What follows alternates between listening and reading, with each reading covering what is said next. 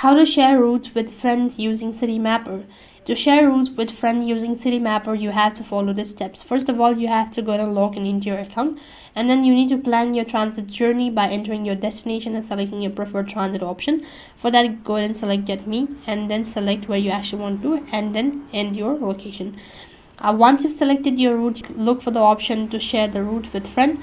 This option is typically represented by a share icon or share button within the app. When you locate the following button, now you can just go ahead and tap on the share icon or button. This will bring up a menu of sharing option on your device, and you can choose the method through which you want to share the route. You can share it by messaging app, email, social media platforms, or any other communication channel available on your device.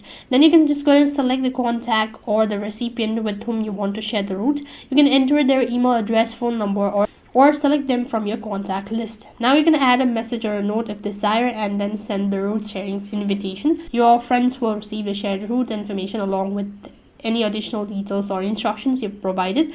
They can then view the route in their own Citymapper app or through the link provided. So that's how you can share a route with friends using Citymapper. That is all for this video. I hope the video was helpful.